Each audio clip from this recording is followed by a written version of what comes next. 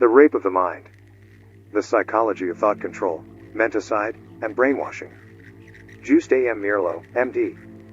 Instructor in Psychiatry, Columbia University lecturer in Social Psychology, New School for Social Research, former Chief, Psychological Department, Netherlands Forces. 1956. Narrated by Skeptical Waves. Chapter 17. From Old to New Courage, WHO resists longer, and why? What then can give a man strength to resist a meticidal assault? What made it possible for so many thousands to survive mentally and physically the horrors of the Nazi concentration camps and the communist POW camps? The answer is essentially simple. Men yield primarily because at some point they are overwhelmed by their unconscious conflicts. These conflicts, kept under control in normal circumstances, come to the surface under the strain of meticidal pressure. The stronger the inner conflicts and the greater the pressure, the greater the tendency to yield. Men withstand pressure when these conflicts cannot be so easily aroused or have been inwardly overcome. This simple answer itself contains a clinical paradox. One of the characteristics of severe neurosis, and of some cases of pathological character structure, is that unconscious conflicts are so severe that they are either repressed so deeply that the sufferer is not even vaguely aware of their existence, or they are transformed into a set of overt attitudes which are more acceptable to the individual, and therefore easier to handle. If the severe neurotic permitted himself to feel his real conflicts, they would dominate his life completely. Consequently, he exerts tremendous force to hold down this explosive material. The man who is always rebellious, never growing from healthy rebellion into healthy maturity, may have transformed some basic and profound conflict in his own personality into a chronic resistance against any kind of social demand. Psychiatric examination of returned POWs from Korea showed that many of the men who resisted enemy propaganda most strongly were those with a history of lifelong rebellion against all authority, from parents through teachers to army superiors. They were troublemakers wherever they were, among their friends as well as among their enemies. Siegel. This negative side of the coin is only part of the picture. A man with deep self-knowledge, aware of his own inner conflicts and aware, too, of what the enemy is trying to do to him, is prepared to meet and resist the attack. I interrogated many people who went through the tortures of Nazi prison and concentration camps. Some were ordinary folk with no political affiliations, some were members of the resistance, a few were psychologists and psychoanalysts. Those who understood themselves, who were willing to accept danger and challenge, and who realized, even faintly, how bestial man can be, were able to stand the harrowing concentration camp experience. They were not defeated by their own innocent perplexity and lack of insight into themselves and others, but were protected by their knowledge and inquisitive alertness. There are other factors which play an important role too. My investigations have made it abundantly clear to me that those who can resist, who can maintain their strength under marginal circumstances, never feel that they are alone. As long as they can think of their loved ones at home, as long as they can look forward to seeing them again, as long as they know their families are faithfully waiting for them, they can maintain their strength and keep the unconscious drive to give in from taking over their lives. The love and affection we get and gather in our hearts is the greatest stimulus to endurance. Not only does it provide a goal toward which we can direct our lives, it also gives us an inner assurance and a sense of worth that make it possible for us to keep in check the self-destroying conflicts. This knowledge of loving and being loved is not limited to love of family or friends. People in whom a religious faith or a political conviction is a deeply rooted, living thing have the same sense of belonging, of being needed, of being loved. Their allegiance is to a whole group or to a set of ideals rather than to individuals. To such people, beliefs are real and concrete as people or objects. They provide a bulwark against loneliness, terror, fantasies conjured up by the unconscious, and the unleashing of deep-seated conflicts, a bulwark that is as strong as the memory of love. Yet, such mentally strong people form a minority in our conflict-ridden society. Experience has shown that robust athletes cannot withstand the concentration camp or the POW camp experiences any better than can their physically weaker brothers. Nor is intellect alone any real help in fending off the daily assaults on the will. On the contrary, it can provide useful rationalization for surrender. Mental backbone and moral courage go deeper than the intellect. Fortitude is not a physical or intellectual quality. It is something we get from the cradle, from the consistency of our parents' behavior, and from their beliefs and faith. It has become increasingly rare in a world of changing values and little faith. The myth of courage. There is something in the glorious myth of strength and courage that confuses all of us. Physical strength is too frequently confused with spiritual strength. Bravery and heroism are, indeed, needed qualities in battle. Yet analysis of soldiers in combat shows that each one of them has to conduct a constant battle against his own fears. The brave are the ones who can check their fears, who can cope with the paralyzing fantasies that fear creates, and who can control the desire to regress into childish escapism. A man cannot be forced to become a hero, and it is ridiculous to punish him if he is not. It is as pointless as punishing him for bleeding or fainting. The hero, the man who offers himself up to death for the sake of others, is found more in mythology than in reality. Psychology and anthropology have shown that the hero myth is related to eternal dream images. The hero symbolizes the rebellious new generation, the strong son becoming stronger than the father. He symbolizes, too, our wish to be mature and to take responsibility into our own hands. We need the myth for the inspiration it offers us. We commemorate with post-humor glorification the heroic feats of the few who have, throughout history, offered themselves up as sacrifices to their comrades or to society. Yet what do we know of their real motives? During the Second World War, I gave psychiatric treatment to many soldiers. As I spoke and worked with them, I became increasingly conscious of how dangerous it is to stick the simple label hero or coward on any man. One of my patients, for example, was a boy who had received a high military decoration because he had stuck to a lonely place with his machine gun, firing automatically until the enemy was forced to withdraw. In the course of his treatment, the boy confessed that his apparent heroism was really the result of a paralyzing fear, which had made it impossible for him to follow his commander's order to retreat. No one can really tell how he will behave in times of danger. Each person will solve the frightening test that reality confronts him with in his own way. Several will accept the challenge and stand up to it. Some over-defensive, compulsive individuals may even welcome this burden as a test of their strength. Still others whose instability has deep roots in the past will unconsciously take advantage of a perilous situation to break down completely and let their tears and emotions go. Freud has directed our attention to the peculiar interplay between external and internal dangers, between frightening reality and equally frightening fantasy. Objective, recognizable dangers often stimulate the mind to alertness and encourage it to set up its inner defenses. But there are subjective panic creators too: frustration, feeling of guilt, infantile horror fantasies, and these can often be so terrorizing in their effects that all our cultural defenses collapse. Many men who face the test of reality with stalwart courage can be brought to collapse by apparent trivia which somehow touch them in a vulnerable spot. Another of my wartime patients mentioned previously showed such a pattern. The young fighter pilot, who had flown 40 combat missions without any sign of fear or panic, suddenly broke down completely in an air raid shelter in London. In the course of treatment, it became apparent that this young man was bitterly unhappy about his personal relationships. He did not get along with his commanding officer. He had had a serious quarrel with his girlfriend the night before his breakdown. A shy and withdrawn person, when he suddenly found himself in the shelter with a frightened group about him, he became contaminated by the fear in the atmosphere. Weakened by recent unhappiness, he found himself completely unable to put up the inner defenses that had served him so well under the frightening experiences of active war. Are we to say that he was less of a hero than the much-decorated machine gunner? There still lives in all of us an admiration for bravado, for the theatrical display of courage, for the devil-may-care invitation to destruction. We are beginning to recognize now that real courage is different. It is at one and the same time an expression of faith in life and a resignation to death. Courage is not something that can be forced on a man from the outside. It has to come from inside him. In the reality of modern war, the impersonal Malik A man can be easily reduced to a feeling of helplessness and dependency. Personal courage can turn the tide of battle in a hand-to-hand encounter, but personal courage is no defense against bombs and machine guns. Today, reckless courage, as we have glorified it, is less important than personal morale, faith, conviction, knowledge, and adequate preparation. A boy of 17 years of age is drafted into the Army. He has spent his entire life in a small town in Texas.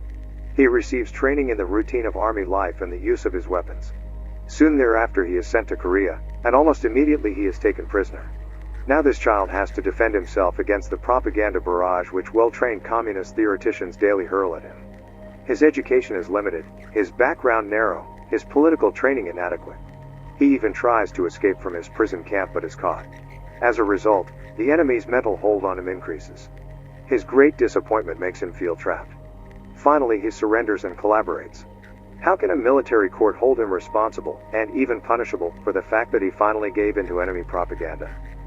This is part of the story of Corporal Claude Batchelor, recently sentenced to 20 years imprisonment for collaboration with the enemy. I would venture to guess that it could have been the story of nearly any American boy of similar background. After the Second World War, several European countries had to face the difficult problem of how to treat those members of the underground who, after torture by the Nazis, had confessed and betrayed their compatriots. In Holland, a court of honor was established to judge these special cases. This court reached the following conclusions.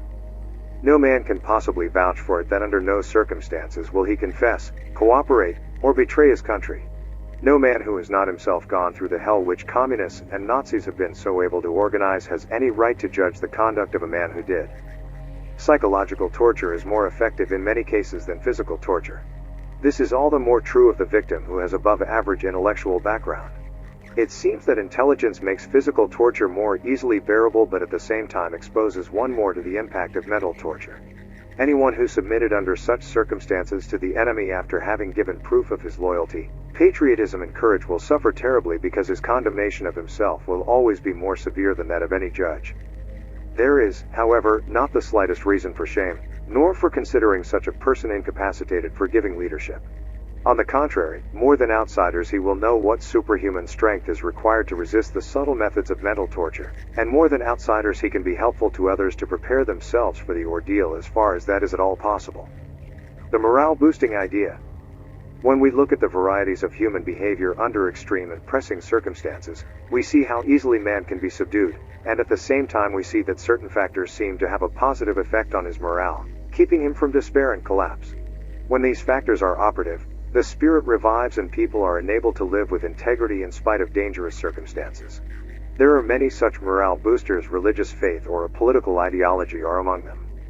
Perhaps the most effective is the sense of having some mission and inner goal. This ideal with which a man identifies can be love of the native land, love of freedom or justice, or even the thought of hate and revenge. Whatever it is, at the moment of calamity a guiding idea is as much needed as mere physical strength and endurance. In every case where the individual has learned to withstand danger and to maintain at least some of his normal esprit under circumstances of deprivation, want, and brutality, one or more of the morale-boosting factors must have been present. I do not believe that the inner search for the morale-boosting regenerative idea is a conscious function of the mind. Such psychological regeneration is comparable with the physical regenerative processes we see in the body. The body hardly ever gives up its regenerative capacities.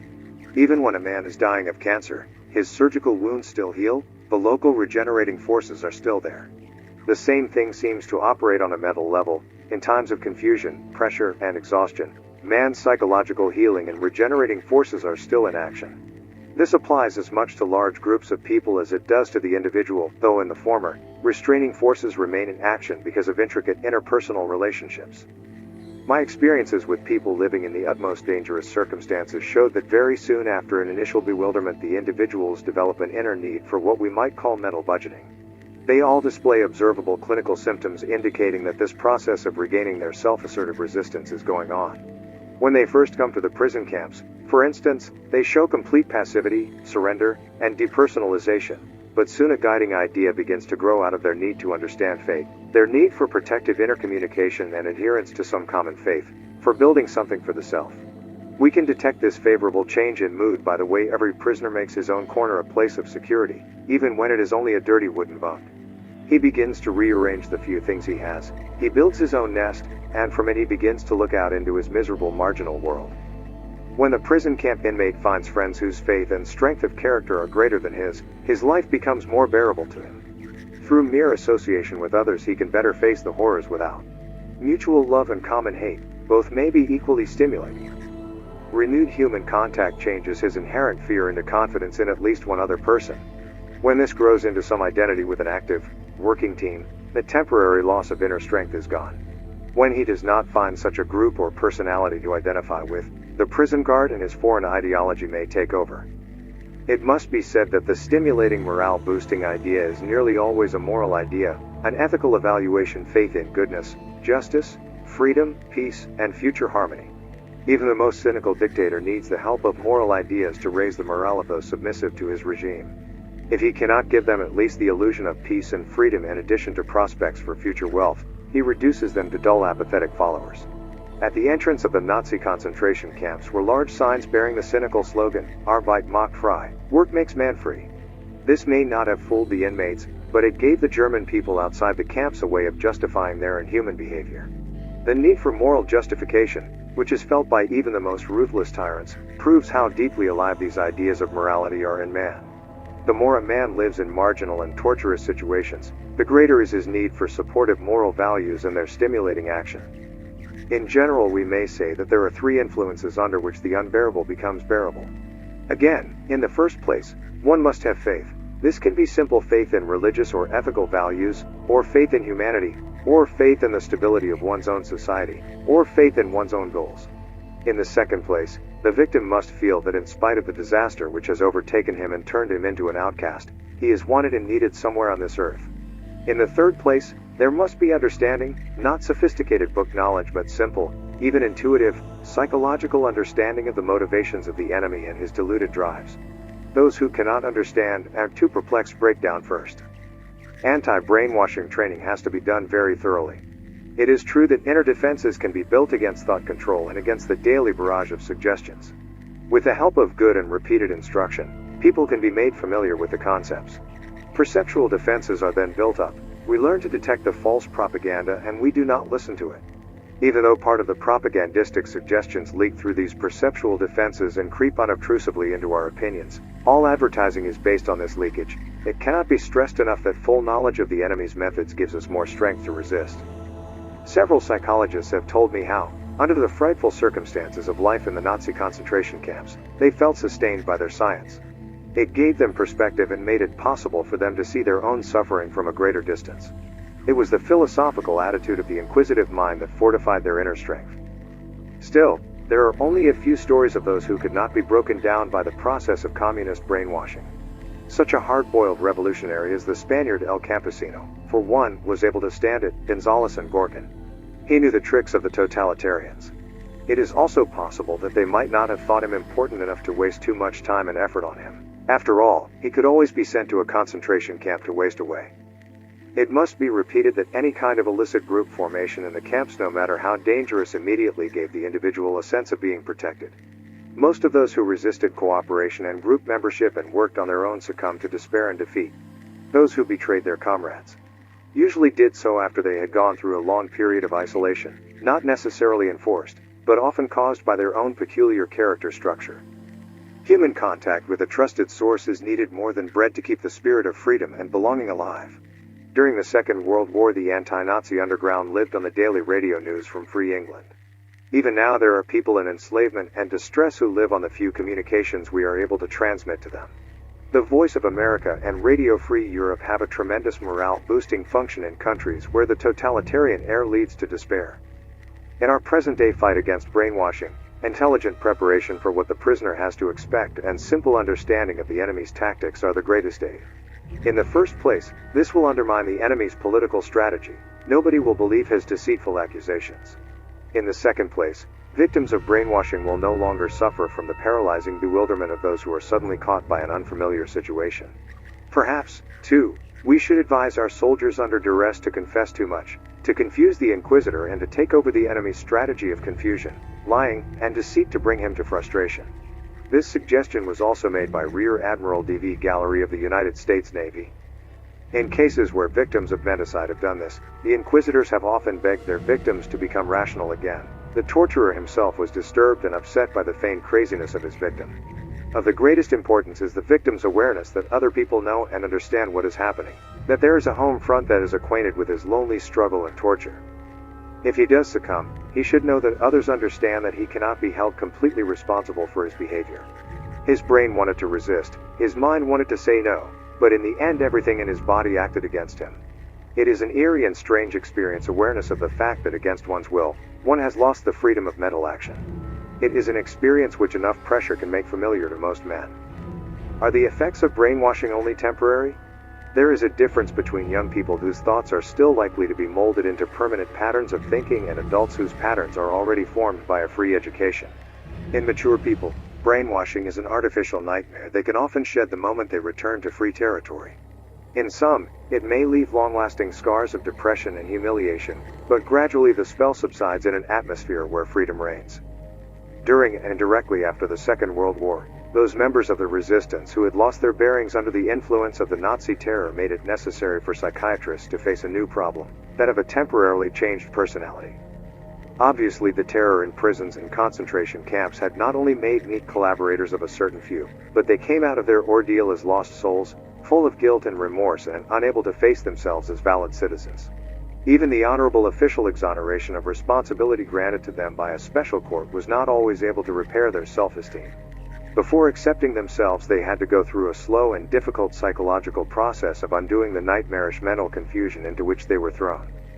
During psychotherapy, several of them had to recall and experience once more the terror they had suffered, their initial struggle to resist the mental dinning of their inquisitors, the gradual paralysis of will, their final surrender. It was a subtle inner battle between their feelings of guilt and the wish to reassert themselves. Emotional outbursts were followed by thoughts of suicide as a final flight from their shame. After they had vented their pent-up emotions, the therapist was able to convince them that everybody has his physical and psychological limits of endurance. From this point on, they could express themselves freely as independent human beings with a mixture of both negative and positive qualities. In one case of a young man who had spent years in a concentration camp after a thorough brainwashing by the Nazis, the process of rehabilitation lasted nearly 2 years. The victim emerged from it without mental scars, and was even strengthened by his bitter experience. I am convinced that in the case of prisoners who were for years in a totalitarian prison and were consequently politically conditioned, a cathartic, psychotherapeutic approach will help them to find their old inner selves once more. Threats and aggressive discussions would only be a continuation of the same coercive brainwashing process their jailers used. The best therapy for them is the daily contact and exchange with the free, democratic world, as we have seen proven in so many cases of ex-prisoners of the totalitarian machine. Free air is for them the best therapy. For the millions of children who from the cradle are pressed into the framework of mental automatization, no such option for freedom exists. For them there is no other world, there are no other beliefs, there is only the all-consuming totalitarian Moloch, in whose service every means and every deed is justified. Brainwashers are very naive in thinking that the enforced reformation of the mind, the transformation of capitalist prisoners into communist propagandists, will be permanent. For the first few weeks after their return to a normal environment, the ex-prisoner will speak the language he has been taught. He will recite his piece, but then, and often suddenly and surprisingly, his old self comes back. If the victim has a chance to investigate and examine the communist propaganda and accusations, the whole artificial nightmare will fall away.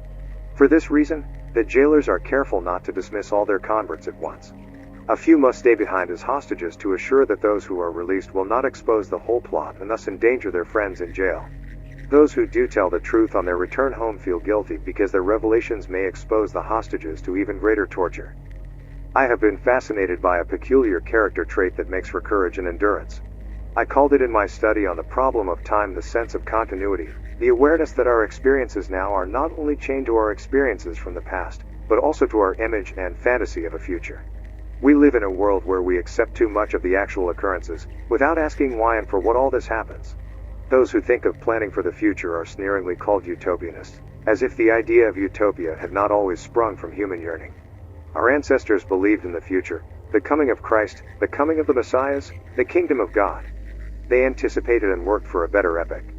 The people in the concentration camps who believed in a future, who believed in a plan, who could see their actual calamity as a small chain between past and future, could endure better their temporary suffering.